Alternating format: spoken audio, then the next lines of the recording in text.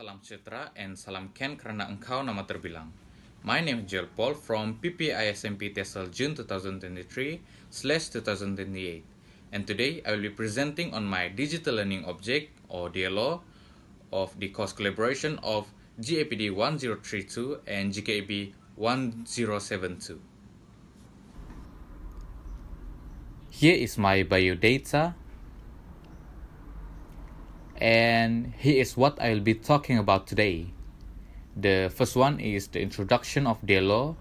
The second one is the reasons why I chose PGMS1134 as my topic, how to use my DLO, the skills that I have acquired after creating my DLO, the viewer, the feedbacks from the viewer, improvements that I can do for my DLO, and last but not least, my expectation for the DLO. Now then, let's jump right into the presentation. So first of all, what is DLO? DLO or Digital Learning Object can be said as an object, material or learning source that was created using digital technology. It is specifically designed to convey information, concept and learning skills using digital technology. From the two collaborated courses, which are GAPD 1032, the basics of digital learning, and GKAB 1072, the learning skills, we were required to design and publish our own DLO using any topic from any elective course that we take. And for me, the topic that I have chosen was topic 4, which is mass participation sports from PGMS 1134, recreational basics and leisure. So why do I chose this course for my OPD? Well, PGMS 1134 is a course that I really like, as it requires us to be more active outdoor than indoor when we are doing the activities for the course. Other than that, topic 4 for this course also encompasses 4 different types of mass sports, which means that there will be more info that I can give to the viewers. And lastly, there are a lot of people who prefer doing activities that can stimulate their knowledge, physical abilities, and mental acuity. By choosing this course, a lot more people can gain insight on activities that can be done together. Now then, how do I use my DLO? I will just go through it and explain how the viewers can gain knowledge from it. Let's start from the home side here. We can see the name of the course that I chose, and I also use welcome to make the viewer be more comfortable with my DLO. Now, here is a button to go to the next page, which is the introduction. In the introduction, you will see my self-introduction that I embedded using YouTube. Next, the viewers can read the synopsis of the course and the objectives for the DLO. The objective is basically what I hope the viewer can gain from using my DLO. Now to the next page. Here are the introduction on the topic that I chose, which is mass participation sports. I use the thinking tools to make it easier for the viewers to see what are the main things that they will learn.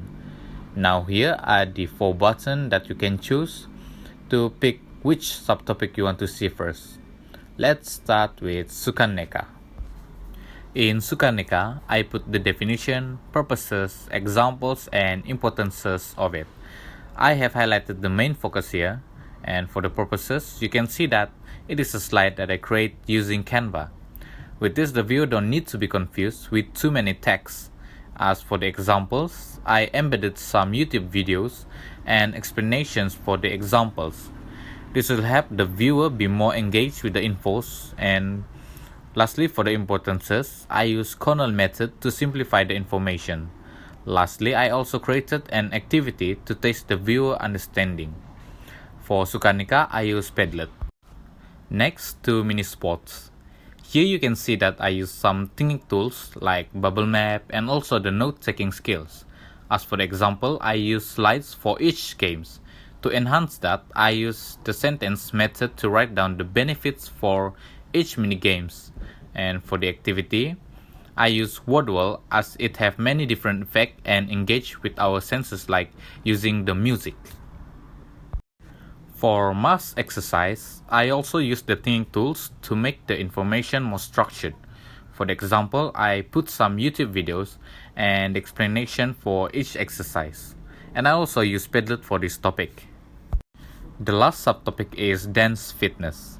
Here are the definition, then the purposes. Here, I use more light and fun style as dance usually more hype for an exercise. As for the examples, the viewer will only need to click this. At the bottom of the info, the viewer can watch the YouTube videos to see what kind of dance fitness they are. If perhaps the viewer cannot see the differences for these two exercises, they can look at the charting notes here. For the benefits, I use outline notes as it is easier to understand. And lastly, the activity for this subtopic will be quiz. I use quiz.com to create this quiz. To see if the viewers understand the content of mass participation sports, I use wordwalls so that they can see where they need to improve and revise. Then they can answer the quiz again. In the feedback, the viewers will have to answer the Google form below. This can greatly help me to improve my DLO, making it more user-friendly and give the best learning experience for the viewers. I also put the link here in case the viewer cannot answer the Google form directly from the site. Next is what skills that I have acquired after creating this DLO. Well, there are actually a lot of new skills that I gained, but I have divided it into two parts. The first one is from GAPD and the second one is from GKEB. For GAPD, I was able to use digital technology to gain the informations that I need from various sources. Furthermore, I was also able to use many learning-based websites to make my DLO more user-friendly, interactive, and engaging for the viewers. As for GKEB, I was able to apply the correct thinking skills to gather the info, the note-taking skills to present the info, and apply a good referencing method. Next, who are the people that have used my DLO? Well, from the chart of the participations field, there are about 30 responders that have responded to my DLO. There are 25 students, which is equivalent to 86.2% of the total viewers, and 2 teachers, and 2 other people with the same percentage, which is 6.9%. Here are some feedbacks that I got from the Google form. From here we can see that the DLO actually achieved its objective.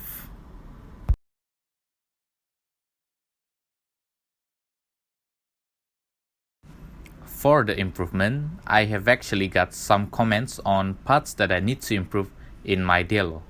Some of it is to add more graphics, color and image for the DLO.